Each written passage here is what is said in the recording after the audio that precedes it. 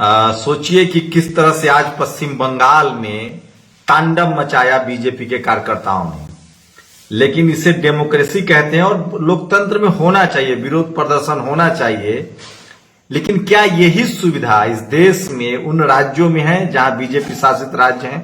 और सबसे बड़ा सवाल है, मेरा ये सवाल है कि बीजेपी जब धरना प्रदर्शन कर सकती है तो बहुजन नेता कब करेंगे धरना प्रदर्शन? पहले वीडियो देखिए, ये देखिए, ये तस्वीर देखिए, ये तस्वीरें आपको दिखा रहा हूं सीधे। आप सोचिए कि लाइव ये देखिए, ये तस्वीरें देखिए। तो किस तरह से आज बीजेपी शासित राज्य में सरेआम गुंडागर्दी हुई, सरेआम। और टीवी अखबार जो है वो कह रहा है कि ये डेमोक्रेसी का कत्ल है। बिल्कुल ठीक कह रहा है। प्रदर्शनकारियों पर डंडे नहीं चलने चाहिए। तो ये देखिए, इतना ही नहीं था मामला इससे आगे बढ़ा। कुछ और तस्वीरें दिखा रहा हूं आपको। मैं आप लोगों को बता दूं कि मैं इस समय दौरे पर हूं और आप सब लोगों की दोस्तों की मदद से खबरें आप तक पहुंचा रहा हूं। तो सोचिए, आप कल्पना कीजिए कि यही पर, ये देखिए,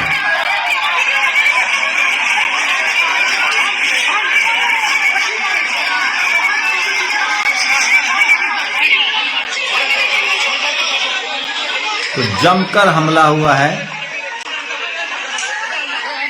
बीजेपी कार्यकर्ताओं पर हमला होना था। बीजेपी के कार्यकर्ता पश्चिम बंगाल में विरोध प्रदर्शन कर रहे थे और उसके बाद सोचिए किस तरह से दिक्कत हो रही है लाइव होने में। क्या आप लोग को आवाज मिल रही है? जरूर बताइएगा मुझे। तो ये तस्वीर, अब शायद हम लोग ज्यादा अच्छी स्थिति में, ये तस्वीर देखिए। तो पश्चिम बंगाल में आज मीडिया कह रही है कि बीजेपी के कार्यकर्ताओं की कुटाई हुई है, जबकि सच्चाई ये है, तस्वीरें जो सामने आ रही है उसमें साफ है कि बीजेपी कार्यकर्ताओं की पिटाई नहीं हुई है। पिटाई जो हुई है वो पुलिस वालों की पिटाई हुई है। ये लगातार मैं आपको तस्वीरें दिखा सकता हूं कि किस तरह से बीजेपी कार्यकर्ताओं की पिटाई हुई है, कम पिटाई हुई है और पुलिस वालों की ज्यादा पिटाई हुई है। देखिए,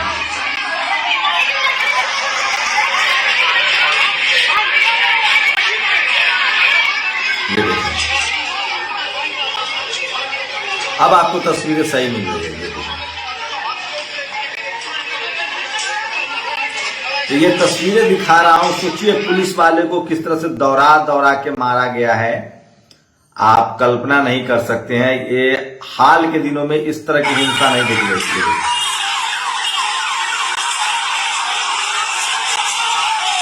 ये बीजेपी के कार्यकर्ता हैं जो पुलिस वाले को और स्थानीय लोगों को मार रहे हैं।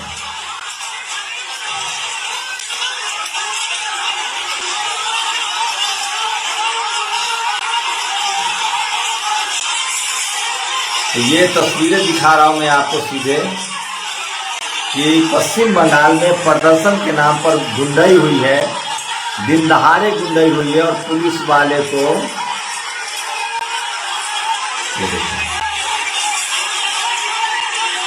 ये बीजेपी के कार्यकर्ता है जो प्रदर्शन के नाम पर लोकल लोगों को और पुलिस वाले को मार रहे हैं।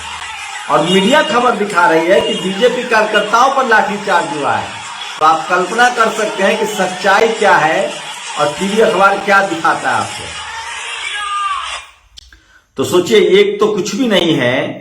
ये देखिए, अखिलेश यादव ने एक वीडियो ट्वीट किया है। कोई टीवी अखबार आपको नहीं दिखाएगा। अभी जो आप टेलीविजन चैनल देख रहे होंगे, टीवी का काम हो गया है सरकार के। हाँ, ये देखिए, ये एक देश का सबसे बड़ा प्रदर्शन चल रहा है इलाहाबाद में।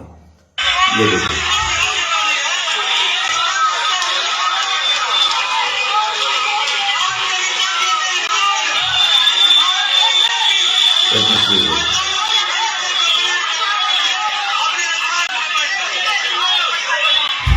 तो सोचिए इलाहाबाद में छात्रों का प्रदर्शन चल रहा है, लेकिन टीवी अखबार के पास फुर्सत नहीं है कि वो खबरें आपको दिखाएगा। लेकिन आज तो जुल्म हो गया। एक महिला सांसद ने, बीजेपी की महिला सवर्ण सांसद ने बिल्किस बानो को लेकर जो कहा है वो काफी खतरनाक है। उनका कहना था कि ये मामूली बात है। सोचिए कि रेपिस्ट के पक्ष में एक महिला खड़ी है, ये देखिए। मैं जानना चाहूंगा बिल्किस बानो केस के ऊपर, जिसके इसको अभी कुछ दिन पहले रिहा किया गया उनके राज्य में। बिल्किस बानो मालूम है उसको, आपके प्रश्न को मैं नहीं रोकती।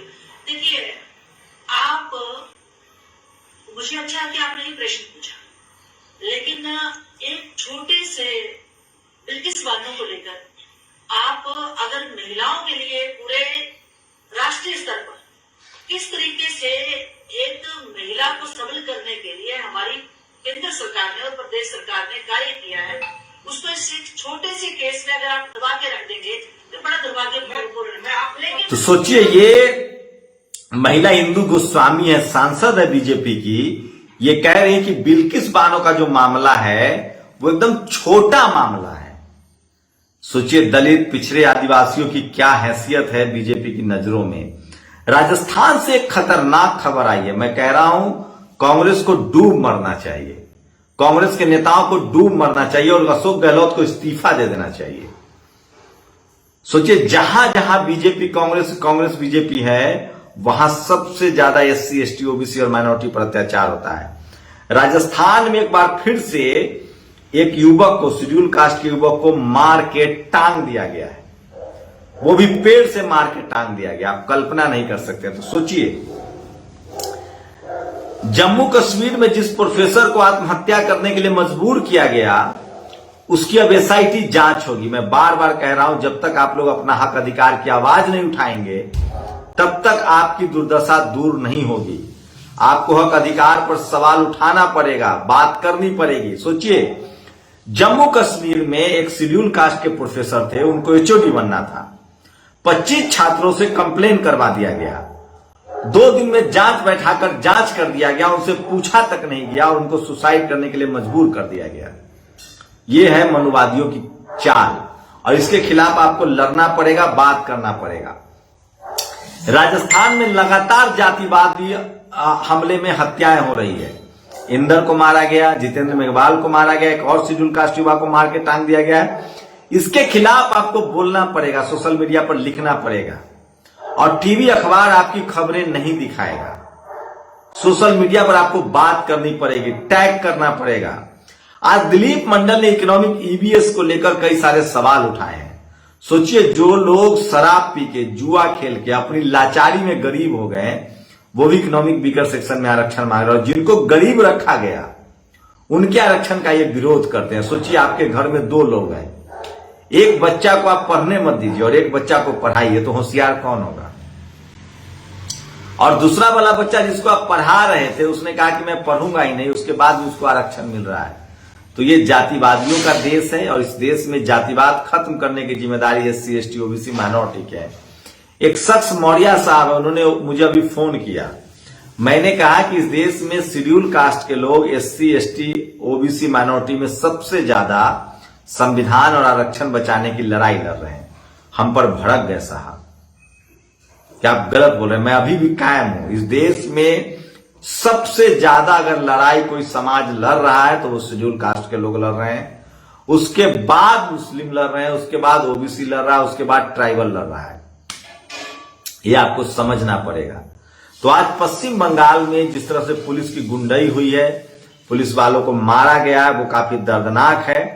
और सोचिए, बीजेपी जहां जहां विपक्ष में है वो चाहती है कि धरना प्रदर्शन हो, लेकिन जहां जहां सत्ता में है वो चाहती है कि वहां वहां धरना प्रदर्शन ना हो। तो ये सोशल मीडिया की आज बड़ी वायरल खबरें थी। आप लोग अपनी प्रतिक्रिया जरूर दीजिए। राजस्थान में एक शेड्यूल कास्ट युवक की हत्या हुई है, उसके खिलाफ बोलना पड़ेगा। जम्मू कश्मीर में जो प्रोफेसर की हत्या हुई थी उसके खिलाफ SIT जांच होगी। कल 2 बड़ी खबरें बताऊंगा। बिहार में सवर्णों ने दलित समाज के बस्तियों को उजाड़ दिया है और जम्मू कश्मीर में लगातार प्रदर्शन का दौर जारी है। अस्त व्यस्त लाइव के लिए बहुत बहुत माफी चाहता हूं, लेकिन मैं फिर कह रहा हूं कि सोशल मीडिया ही सच्चा मीडिया है, सोशल मीडिया ही बहुजन मीडिया है। मेरी कोशिश होती है, मैं अभी 3000 किलोमीटर यात्रा करके आया हूं, सुबह 10 बजे से निकला हुआ हूं और 3000 किलोमीटर यात्रा के बाद अभी पहुंचा हूं। तो मुझे लगा कि आप लोगों से बात करना ज्यादा जरूरी है, तो मैं इसी तरह से आपसे बात कर रहा हूं। एक दोस्त के यहाँ ठहरा हूं और मैं फिर कह रहा हूं कि सोशल मीडिया सच्चा मीडिया, सोशल मीडिया बहुजन मीडिया है। कल पड़ताल दिखाऊंगा कि क्या राहुल गांधी की जो पद यात्रा हो रही है उसमें सही में कुछ है या कांग्रेसी अपना महिमा मंडन कर रहे हैं। सच्चाई क्या है, क्या लोगों का समर्थन मिल रहा है। ये तो तय है कि राहुल गांधी के साथ जो नेता चल रहे हैं उसमें बहुजन समाज के लोग सबसे ज्यादा है, चाहे वो प्रदीप नरवाल हो, राजेश खिलौटिया हो। तो बहुजन समाज के लोग जो है, तो क्या कांग्रेस बदल रही है, राहुल गांधी बदलेंगे, ये सबसे बड़ा सवाल है। शुक्रिया।